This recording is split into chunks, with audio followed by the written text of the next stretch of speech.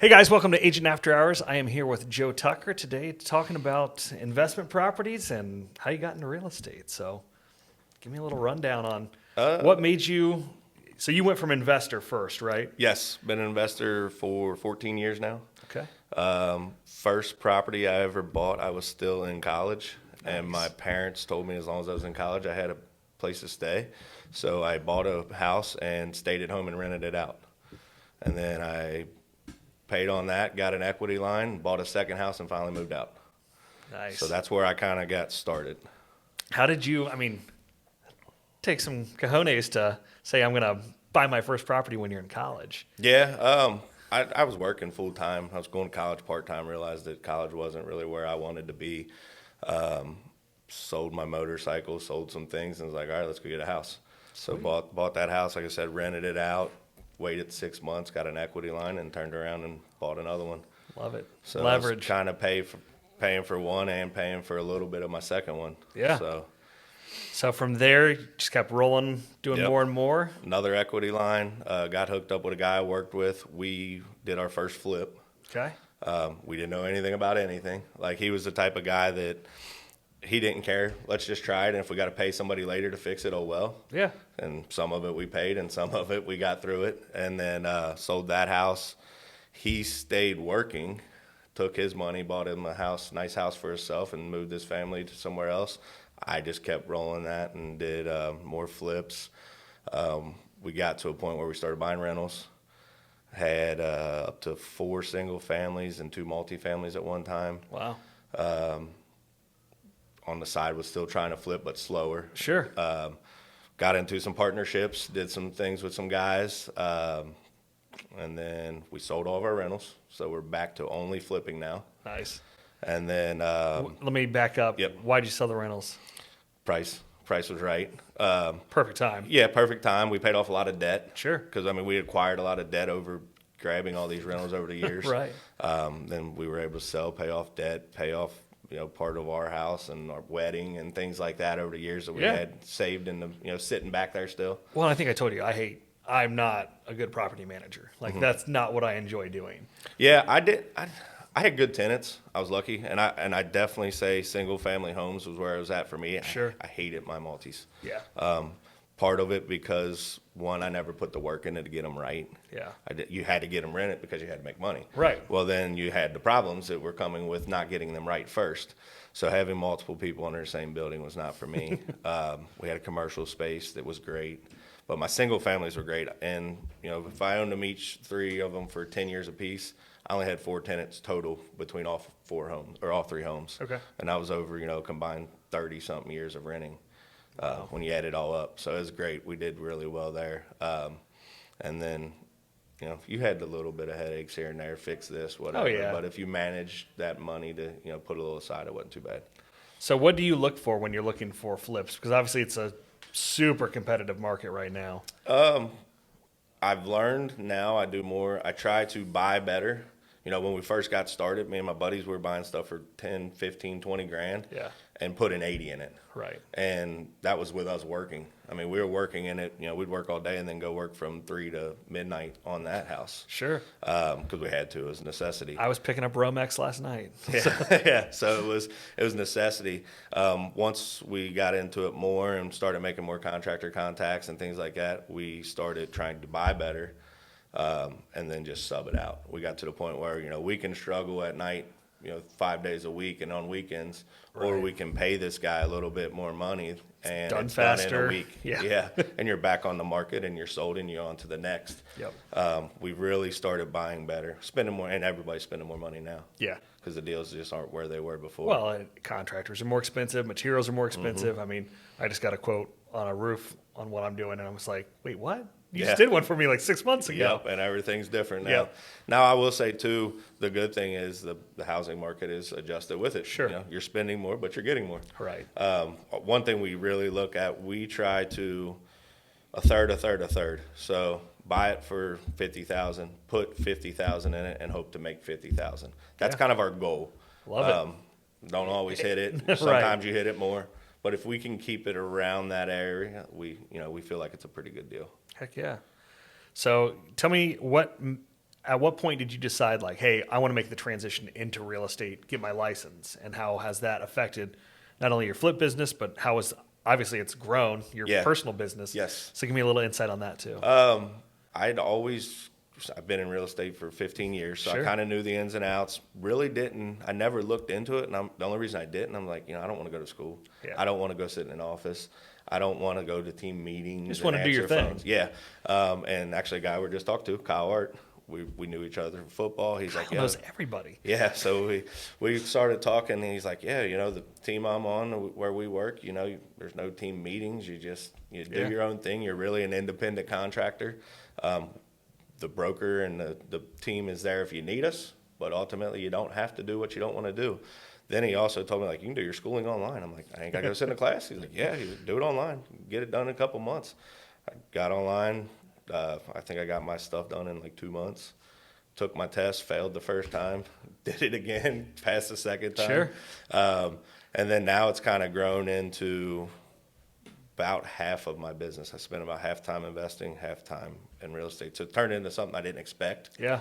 But it was really for convenience at the beginning. I'm like, I'm already doing a lot of the legwork. Why don't I just get the license and get it done? Well, and what I've seen we've had a number of different agents that have flipped houses or become investors first and then become real estate agents second. Yep. And what I found is you end up having this long list of people that want to buy your houses. Yes.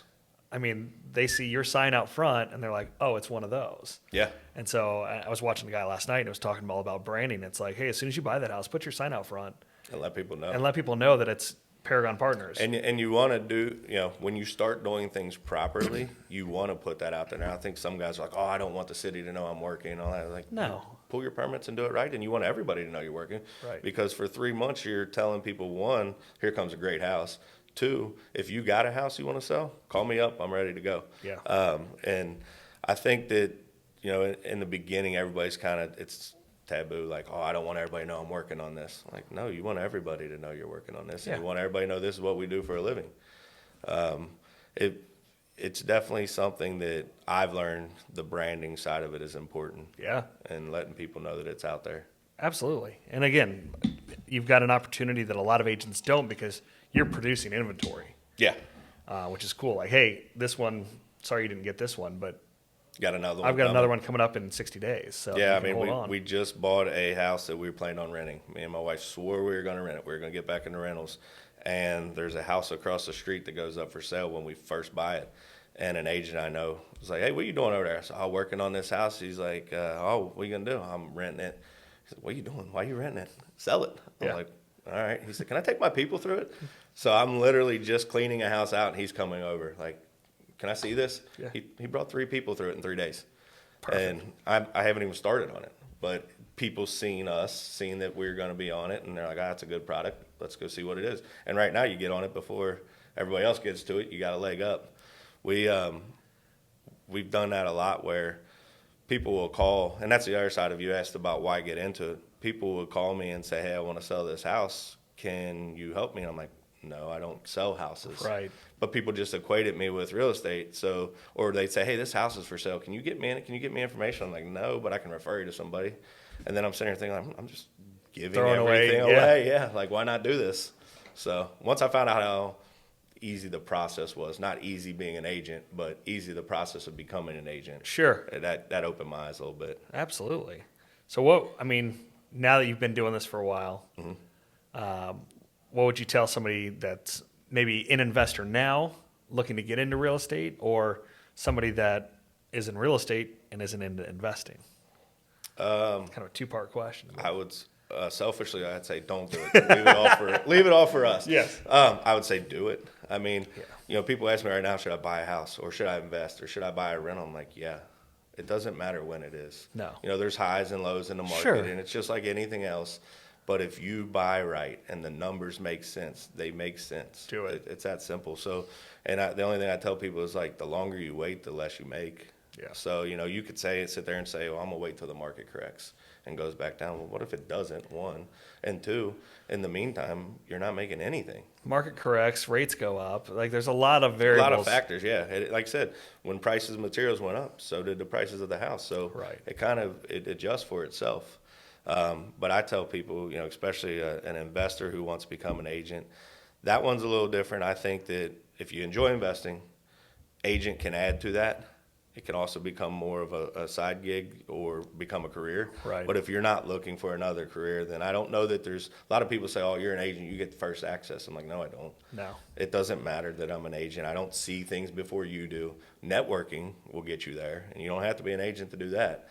Now, on the flip side, if you're an agent, I think you should definitely invest because you have all the tools in front of you and the knowledge. You have a leg up on anybody out there that doesn't do this for a living. Sure. So I think that, as an agent, I would say definitely invest. As an investor, I think that's a personal, do you want another job?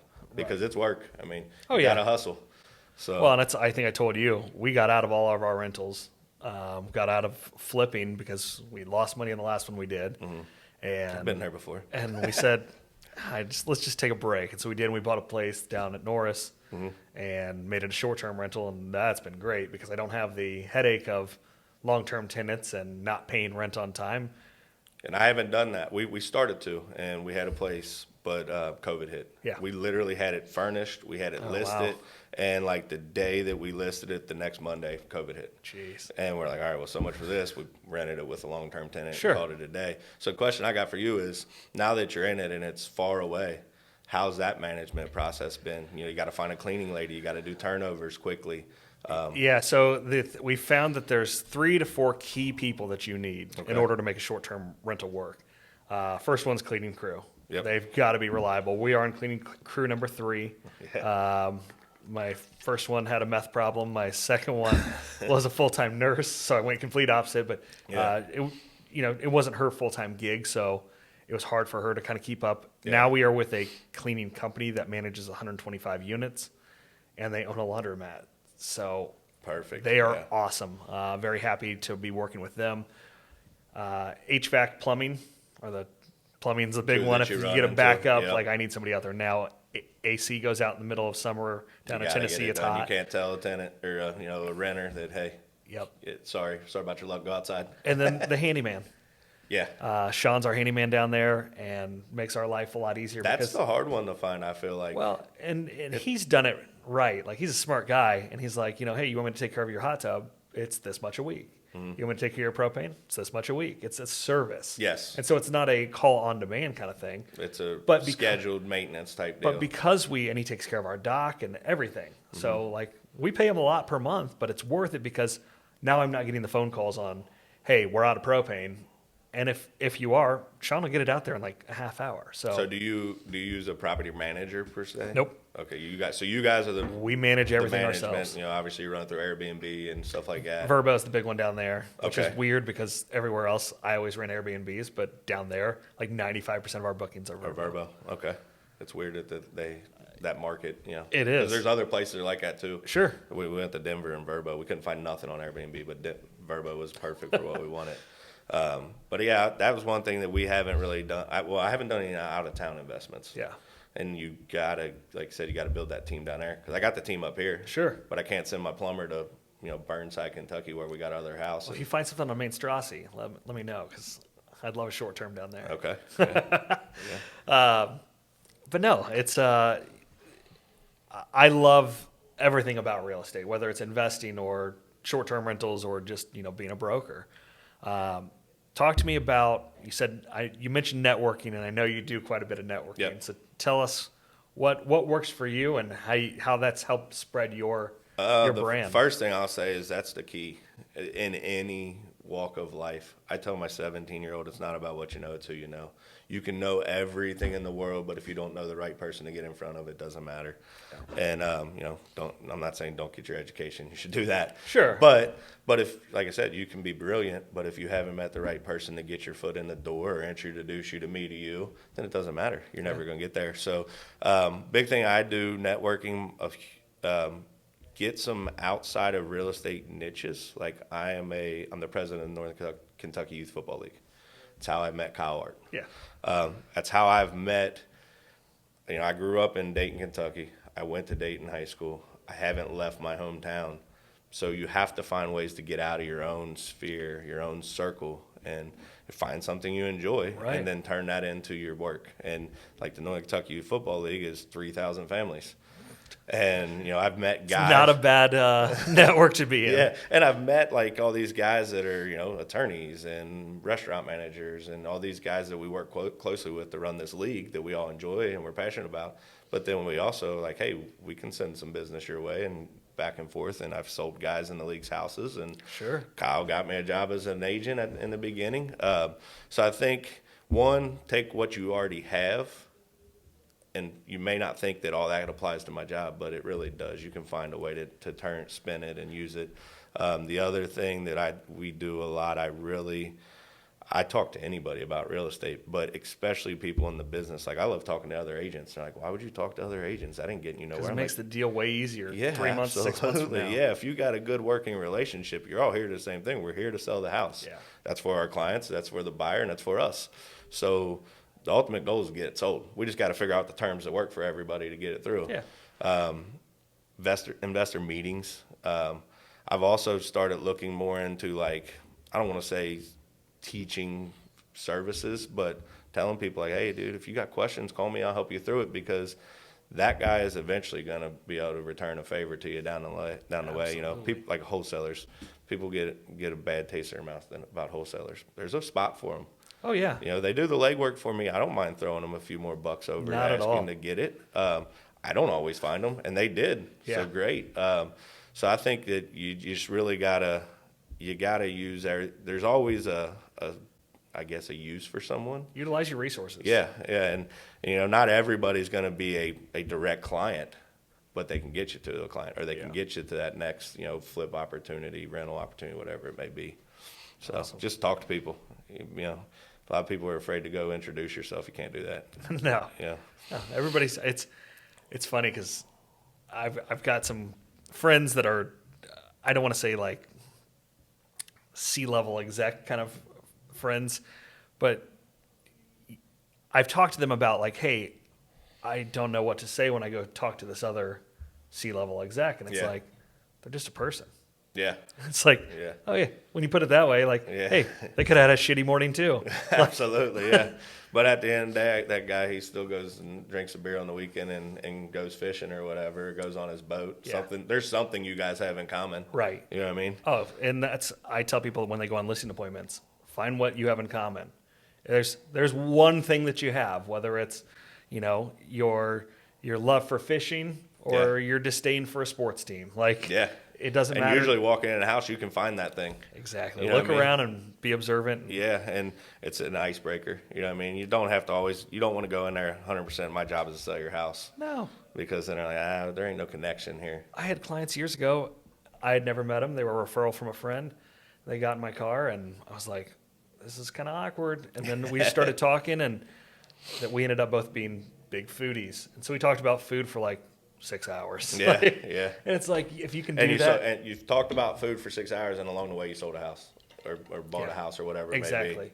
Yeah, make yourself relatable, because at the end of the day, we're all people, and we've got things in common. So. Yep. Anything else you want to add? I know we talked a lot about investments. I think for an agent side, I made some notes here. Yeah. I told you I didn't know what I was doing. I love it.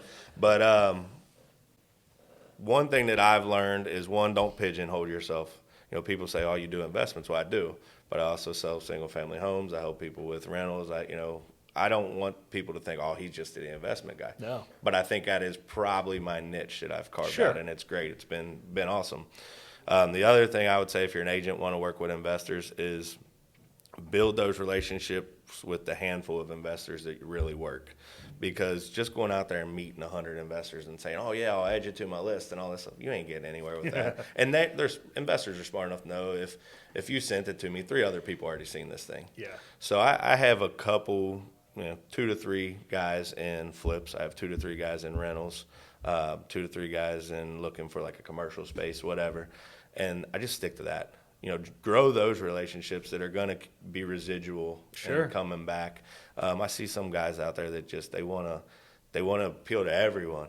You You can't do that because really you're appealing to nobody at that point. Right. So I would just say don't know if Jack you of want all to do trades, investment. master of none, right? Yeah, you got to really cultivate those relationships because like I got a couple guys that I know for sure once every month, every 2 months, they're going to be sending me a listing. So absolutely, they're getting my best deal that comes through first. If they pass on it, okay, then I can shop it openly, but I'm going to give them a call and say, hey, this is out there. We need to go get on it now. Yeah. So don't overextend, I guess. So that's the only thing I got as far as a tip. Love it. So Really appreciate you joining us. I appreciate it. And we're going to go talk about things in common, to talk about some Hey Dude shoes. So thank you guys for watching.